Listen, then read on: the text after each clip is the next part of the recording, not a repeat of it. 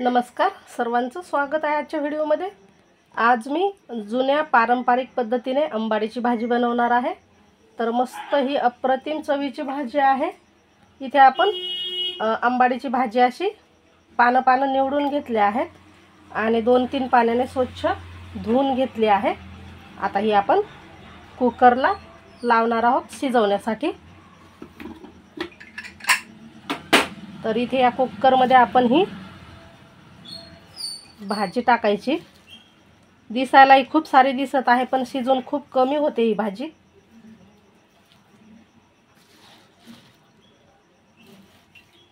तर सर्व ही भाजी आपण या कुकरमध्ये टाकून घ्यायची।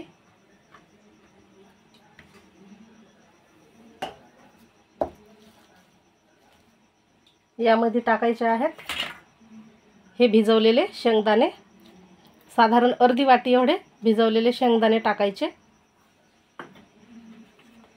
ही तांदळाची चुरी घेतली आहे मी। तुमच्याकडे चुरी नसेल तर तुम्ही अख्खा तांदूळ देखील मिक्सरला फिरवून घेऊ शकता।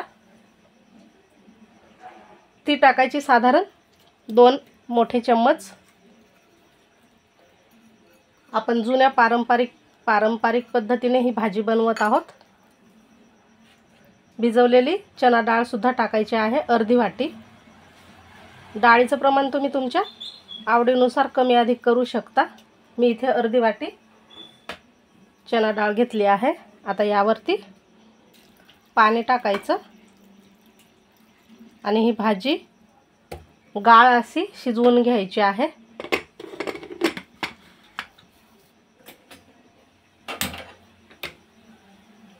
तर साधारण 2 ते 3 शिट्ट्यामध्ये ही भाजी व्यवस्थित अशी शिजून जाईल, किंवा मग 4-5 मिनिटं कमी जास्त लागू शकतात भाजी शिजायला। तर आता 2-3 शिट्ट्या झालेल्या आहेत बघा। आपण कुकरची वाफ काढून घेणार आहोत।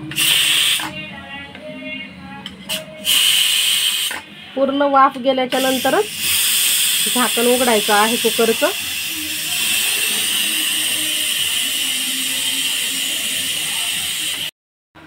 तर आता हे आपण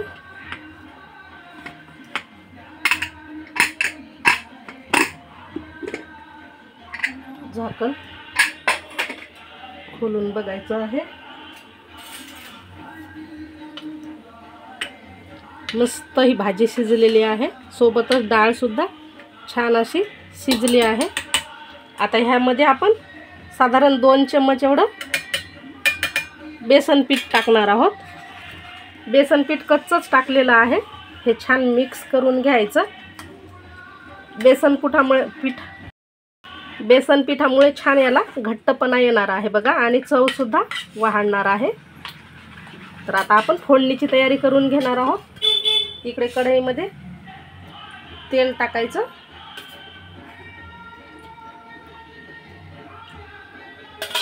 तेल कडकडीत गरम करून घ्यायचं आहे, म्हणजे फोडणी आपली छान व्यवस्थित अशी बसली पाहिजे। किंवा यावर तुम्ही वरून सुद्धा फोडणी टाकू शकता, पण आपण आता डायरेक्ट कढईमध्ये टाकणार आहोत। तेल गरम झालं, यामध्ये अर्धा चम्मच मोहरी, अर्धा चम्मच जिरं, लाल मिरची टाकायची आहे तोडून।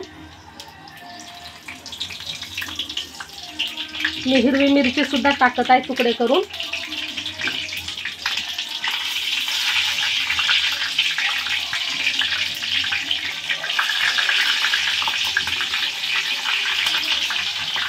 थोडासा कोथिंबीर टाकायचा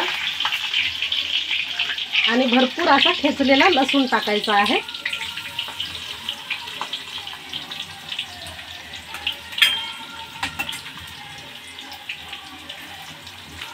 लसूण व्यवस्थित असा हा भाजून घ्यायचा तेलामध्ये।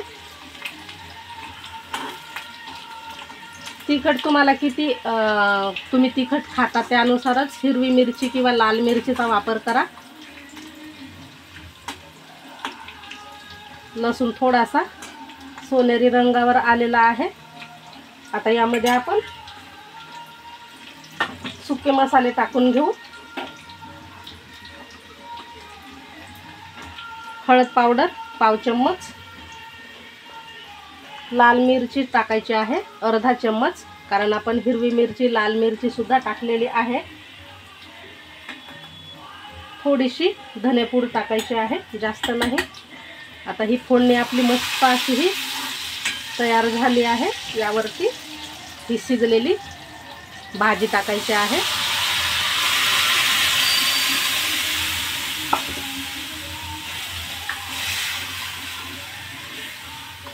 व्यवस्थित मिक्स करून घ्यायची. अगदी थोडंसं पाणी टाकायचं आहे.